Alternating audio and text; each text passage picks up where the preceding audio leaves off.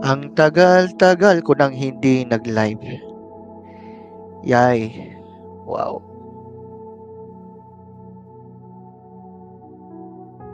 Yan, nag-share na rin ako dun sa ilan. If ever that they have watched this, sana. By the way, I entitled this live stream as, ayun, Teacher's Day Reflection. Bakit daw Teacher's Day Reflection? Kasi Teacher's Day Reflection. Pananaw ko bilang isang guro, so to speak. Well, magandang araw pala.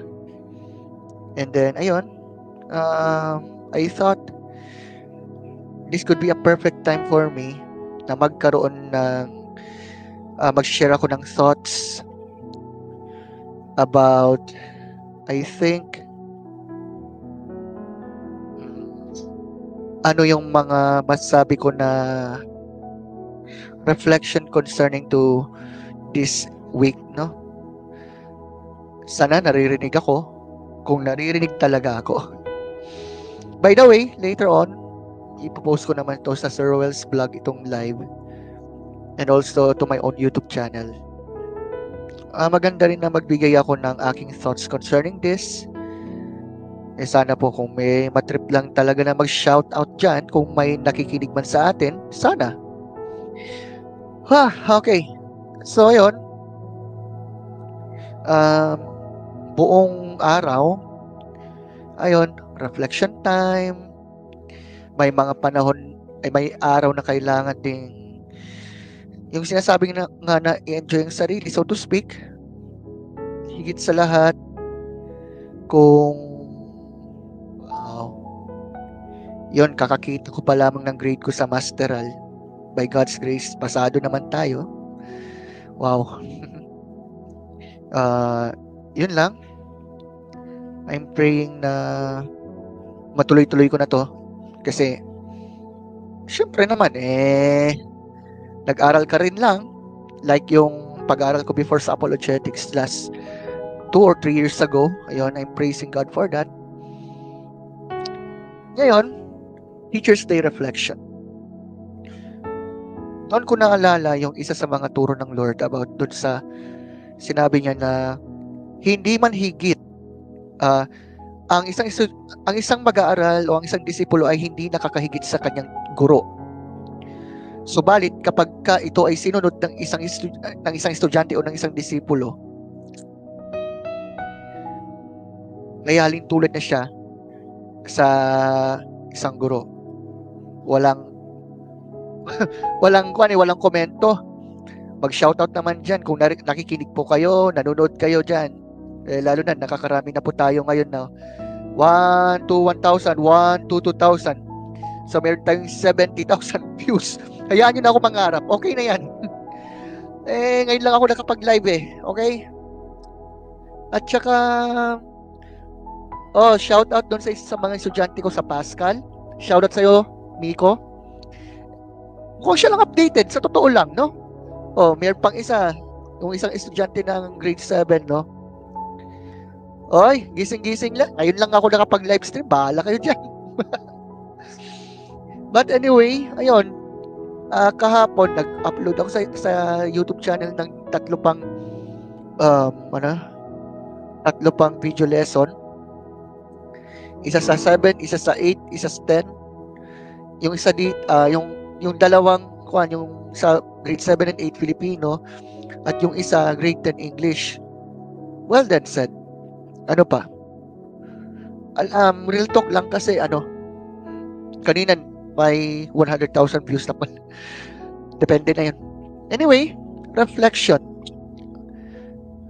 Shout out dun sa isa pa sa mga estudyante ko, si Ann. Okay. Si Ann nga. Shout out din. So, ipakita ko lang yung mga shout out sila. Shout out po. Shout out din. Ngayon lang tayo ngayon lang to. Kasi bukas, next week, busy na naman tayo, especially sa mga activities nyo. Performance task, you name it. Well, Alam nyo kasi, ang isang guro,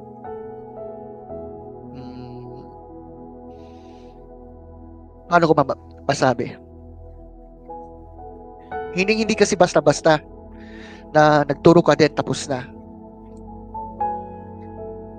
Meron ding mga ibang pang mga tungkulin na dapat gampanan ng isang guro, especially sa mga estudyante rin.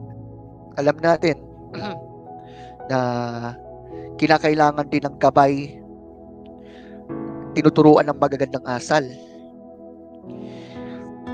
At higit sa lahat, they must have to learn more about for core values nga, maka-Diyos, maka-tao, makakalikasan, makabansa, no? Okay, kanina pa yata nagpapa-shoutout tong isa from from Archimedes to. Shoutout din sa'yo, John Paul. Pa-share naman doon sa mga kaklase, baka di pa nila nakikita ito. Excuse me. You know what? Ang ano dito, wow. Ayan.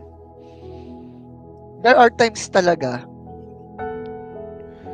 na kahit, kumbaga, aware kaming mga teachers na merong masasabing pagpasaway. Stars pala yung isa. Sana all between. Di ko lang kasi napansin okay? Kung mapapansin nyo kasi, ayun, isa sa mga grade 7 student po, shoutout din sa'yo. Okay? Mag-prepare na po tungkol kay Bidasari sa Filipino 8, no? Mga pabula, Filipino 7. Meron tayong 130,000 views. Hayaan nyo na ako. Okay lang yan. At eto pa, alam nyo, lagi kong sinasabi sa mga estudyante, even sa first time na nagkaroon tayo ng face-to-face after ng pandemic season, ito yung point na sinabi ko sa kanila na anuman kanila yung kanilang mapakinggan sa mga guro nila, sige, it's fine na hindi man na nila maalala. Subalit nawa ay maalala nila yung pinakamahalagang punto na sinasabi ng mga guro na nagturo sa kanila. Because at the end of the day, ito ay may isa sa buhay nila. Even on that time na sila ay magkakapamilya o kaya magkakatrabaho sila, ganun. Kaya sometimes yun nga, napapagalitan. Siyempre, yun lang, yung verbal lang naman na pero hindi yung tipong parang halos pinipersonal na ganyan. Wag naman kakong ganun, no? Alam nyo, to be honest, siyempre, 3 years na akong advisor sa section na ito, sa section na hawak ko ngayon, na malaking impact ito for me. Kasi bukod sa yung pangalan ng section na yun ay galing mismo sa isa sa mga Christian philosopher at I think an apologist, namely Blaise Pascal. Doon nagre-reflect kung ano talaga yung aking saloobin o philosophy bilang isang guro na kumbaga, aminin na natin, we are not perfect. Only Christ is perfect, so to speak. Kasi supposedly kasi sa bawat teachers na nagtuturo especially, hindi po natin may kakaila yung epekto ng mga turo ng ating Lord, especially today. Alam niyo, kung nakita niyo man sa aking account ngayon, masasabi ko na simple lang yung mga ibinigay. However, sabi ko nga, sapat na yung makita ko yung paggalang o respeto, so to speak, na kahit papaano ay sinisikap ng mga mag-aaral na gawin yung tama at iwasan yung mali. Okay, mag-ano muna tayo ng shoutout muna habang meron pang nag-ipon pa ako ng kung anong idea sa isip ko. Yon, shoutout sa isa sa mga estudyante ko. Ayan, Raven. Okay, shoutout din sa isa sa mga naging estudyante ko before, especially nung grade 11. O sabi daw niya, sila raw yung pinakamabait na mag-aaral. How did you know that? What do you mean by that? How did you come to that conclusion? Sabay ganun. Sabi raw, mababait daw, ano po. Alam nyo, pag-amin na tayo, kahit ang pinakamabait may nakatagong pagkapasaway. Ako. Diba? However, ang pinakamahalaga doon ay yung katotohanan. Ayun lang may nag-chat sa akin eh. Yun. Sana po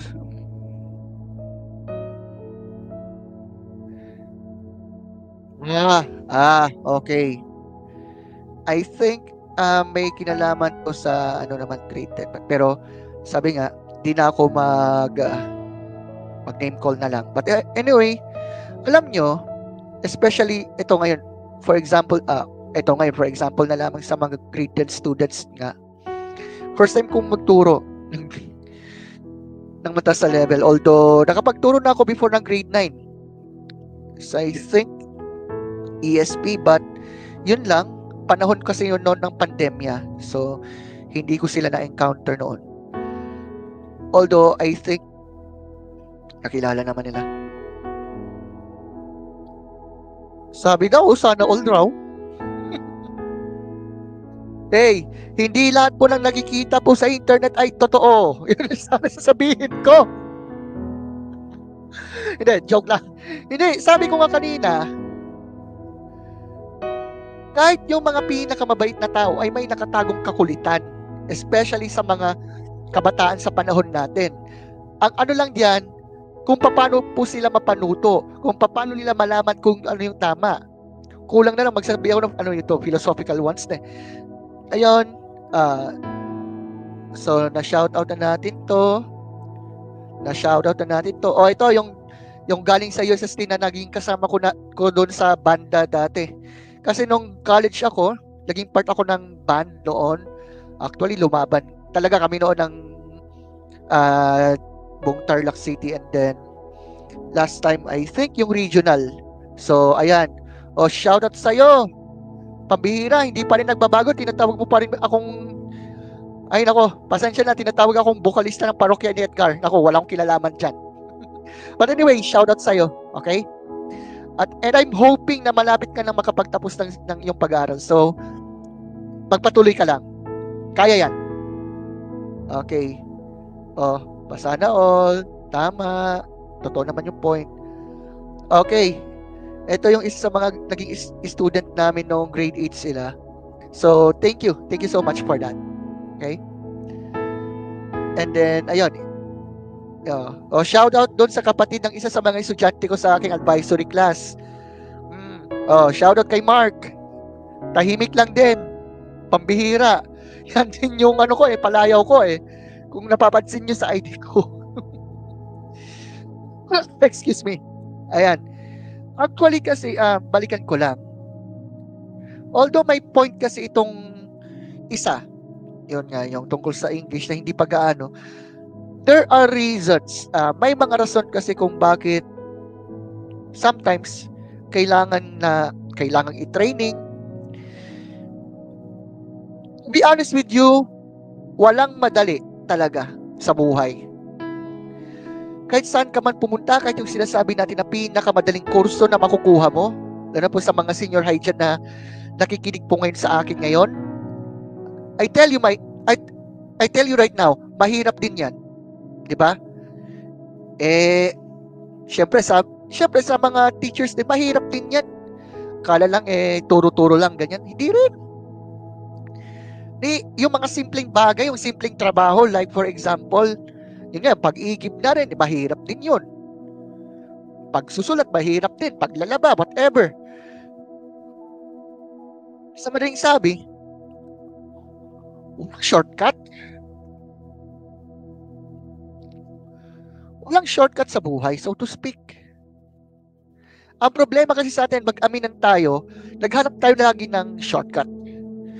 Kaya nga alam nyo, there are good reasons kasi kung bakit meron talagang mga nadadaanan na paghihirap. Lalong-lalo na sa pag-aaral talaga.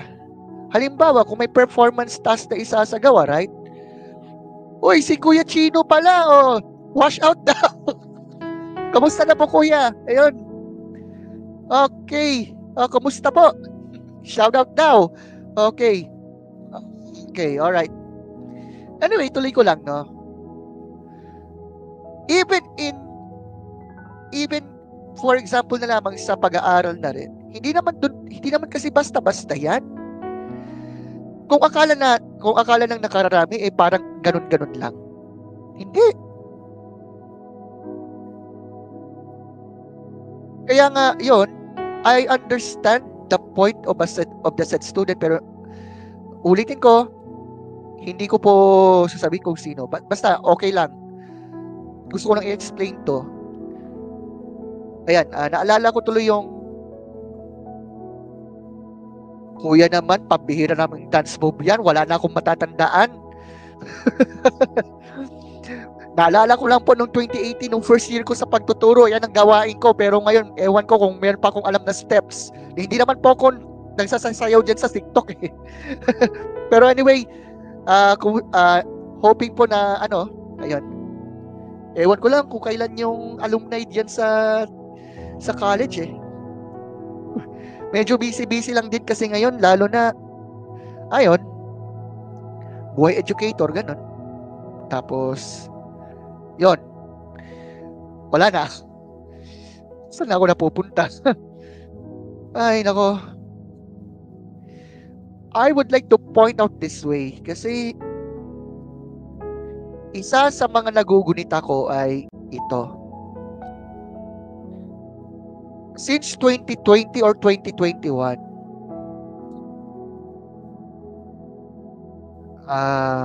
2020 or 2021 so to speak, isa sa mga na i-discuss namin before doon sa apologetics class namin ay tungkol sa problem, yan nga,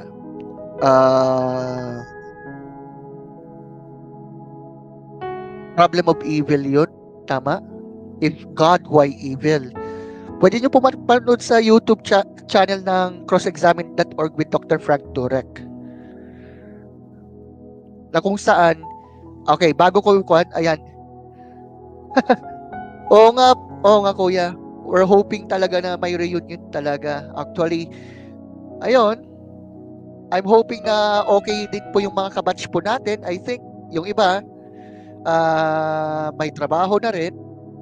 May iba na, ayun, maganda na yung pamumuhay. So, we're hoping po talaga and praying po na magkaroon uli ng reunion. I think yun pong alumni. I don't know po sa college na kung kailan, pero hopefully, inaasahan, actually, sana talaga may alumni talaga uli. Yan lang. Ewan ko lang po kung uso pa ba doon yung banda doon sa doon, nakakamiss lang din. But anyway, wait lang. Sabi naman sabi ni Mark, tahimik lang. By the way, thank you po kuya for being here in this live stream. To Mark, kailan ka magpapakape? Gatas muna ako ngayon. Gatas muna. Aminado, baka yun. Naalala ko lang yung mga kape moments dati. Coffee break. Okay. Yung isa sa mga graduate na to from the college kung saan kami nag-graduate before. So, thank you. Thank you, Loreline. Shout out din sa'yo. Ito. I don't know kung anong subject ang tinutukoy niya. Filipino ba? ESP o PE? Bahala na si Batman. Bahala kayo dyan. Anyway, kasi ang naging talakayan ay may kinalaman sa problem of evil, which is, yun nga, if God exists, bakit may evil? Bakit may suffering? Lahat naman tayo may pinagdadaanan kasi sa buhay. Wala namang madali kasi. Walang madali sa mundong ito, so to speak. Ang problema lang sa atin, gusto natin may shortcut. Teka lang, inom muna ako ng gatas. Gatas muna tayo ngayon. Bukas lang yung kape. Wait lang. Alright? So, yun nga. There are reasons kasi na bagamat hindi natin alam kung bakit pinahintulot ng Lord yan. Subalit, sabi nga ng Romans 8 na all things work together for good to those who love God. Yun nga yung point dito. And then, ang isa sa memorable point na naalala ko sa sinabi ni Dr. Frank Turek, siya yung Christian speaker and apologist na naalala ko na nagturo. Isa sa mga nagturo nito, bukod sa mga topics like, is God a moral monster? I think si Clay Jones yata yun, o ano, yung nagturo. Nababasa ko rin yung isa sa mga book ni Paul Copan. But anyway, concerning dito kasi sa topic na yan, na if God why evil, if God exists, may layunin, may kahulugan ng buhay. Kaya nga, ang point dito, yung sabi nung ang Lord Jesus sa Ama, yung sinabi na, this is eternal life, that they may know you the only true God and Jesus Christ whom you have sent. And then, yung sinabi pa ng Lord sa mga disciples niya, na go and make disciples of all nations, sa Matthew 28. 28, no? Therefore, if Christianity is true, so to speak, if God exists, if Jesus had risen from the dead, then merong rason yan. Kaya nga, laging pinipinpoint, at saka parang yan yung isa sa mga philosophy na aking iniisip, lalo pagka nagtuturo ako. O kaya sa buong buhay ko na rin. Na the purpose of life is to know God in a relational way and to make Him known. At yan ang gusto ko rin na i-share din sa mga mag-aaral din. Siyempre, at the end, alam na natin yan. We already know who God is. We already know who Christ is, so to speak. Ang ano lang dyan, sometimes, yung ganyang, yung layunin na yan, meron talagang mga, rough roads talaga sa buhay. Halimbawa, sa mga nakapag-college na, no? Nakapag-graduate na. May mga co-teachers nga ako na nag-masteral degree, diba? Like, myself as well. Hindi po basta-basta. Okay? May thesis, may research, at kahit yung mga ito ha, listen. Yung mga senior high po na nakikinig po sa atin dyan, I think, siguro, meron din kayong, what? Paalala nyo nga sa akin? Ano yun? Research, ayan, yon, research, thesis defense, so to speak. Yan. Actually, malamang sa mga nagmamasteral po dyan na mga kapwa ko guro, sigurado ako meron pong tinatawag na action research ba, so to speak. Ganyan yung mga ganap dyan. Kasi ibang trabaho din. Diba?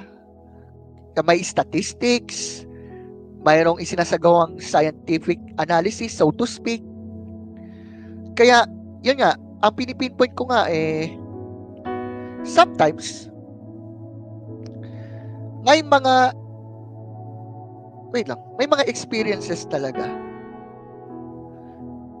na kung saan required talaga na mayroon kang pagdadaanan talaga.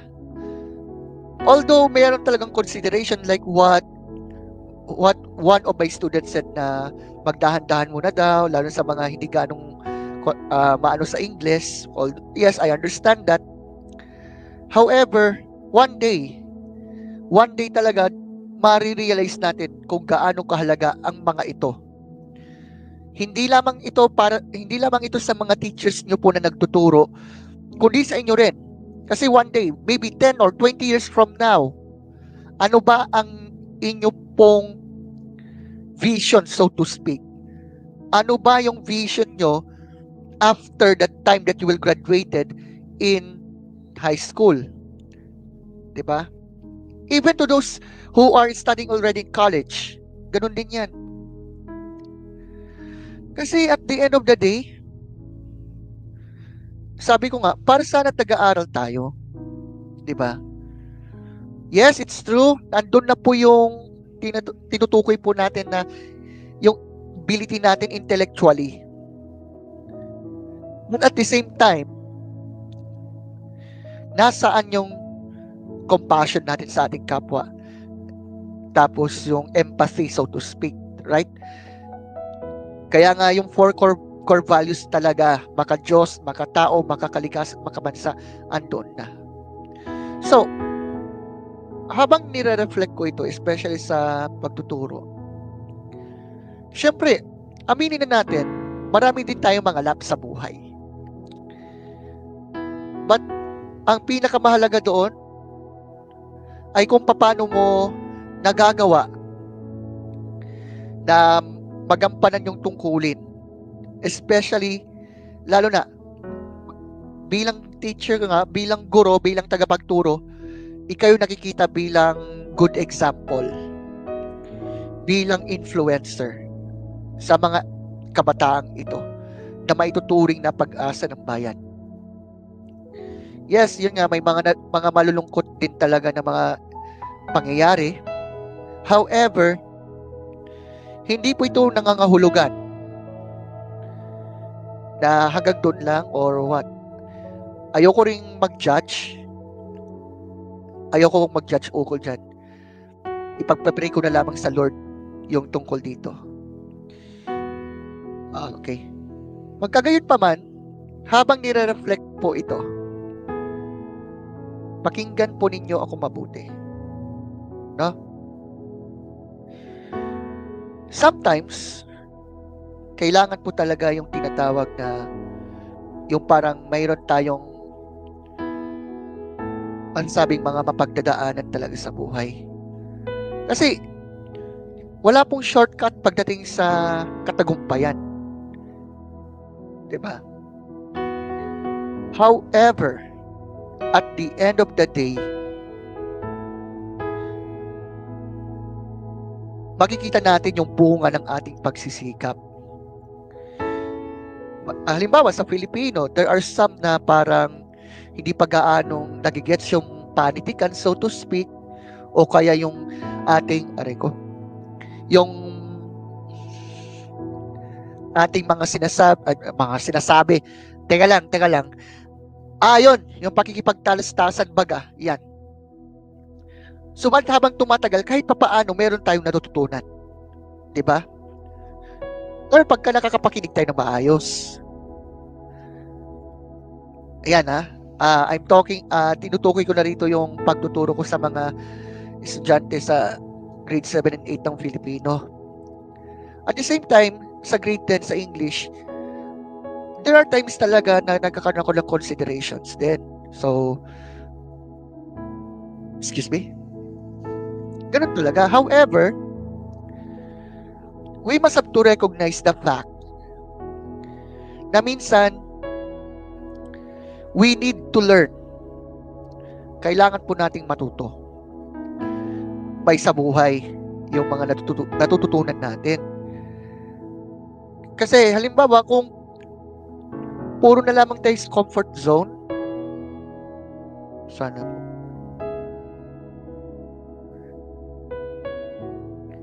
Para saan ka ako nga yung mga instructions kung puro ganito na lang o manatili tayo sa hindi maari yung ganun. 'Di ba? Dadan talaga po tayo sa rough roads ng buhay. Ang pinakamahalaga doon ay kung nananatili kang matatag. Yun ang dapat po nating pag-isipan dyan.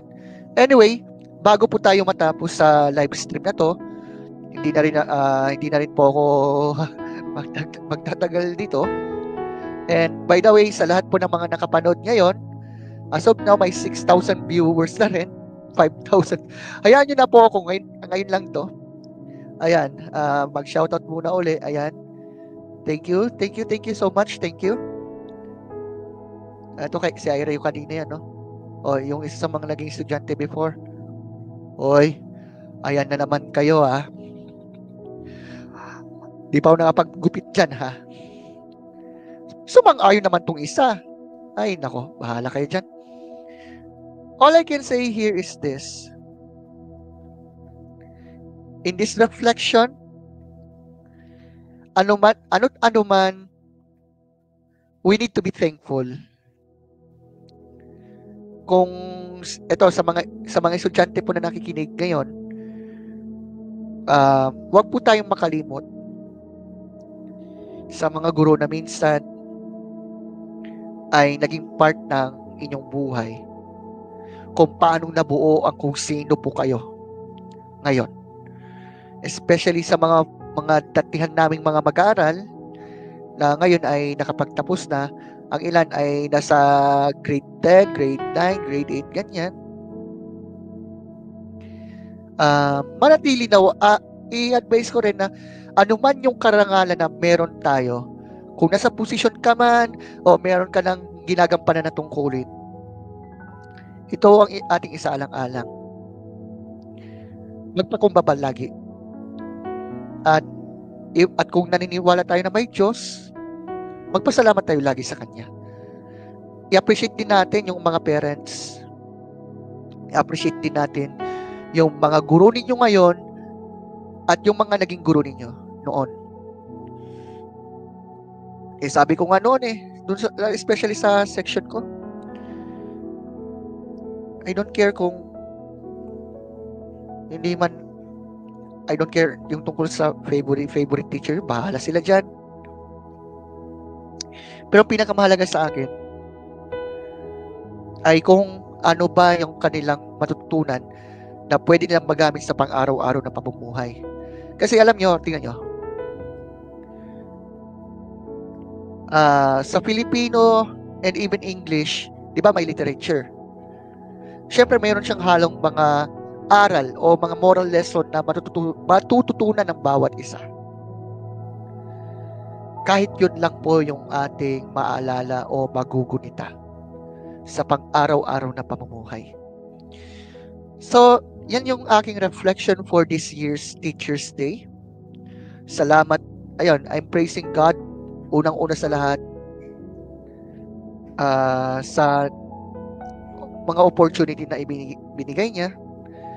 Sa mga estudyante po na bumati, whether in personal, lalo kahapon, at ayan, kasalukuyan din ngayon, thank you. Sa mga bumati at mga di bumati, thank you na rin, sige.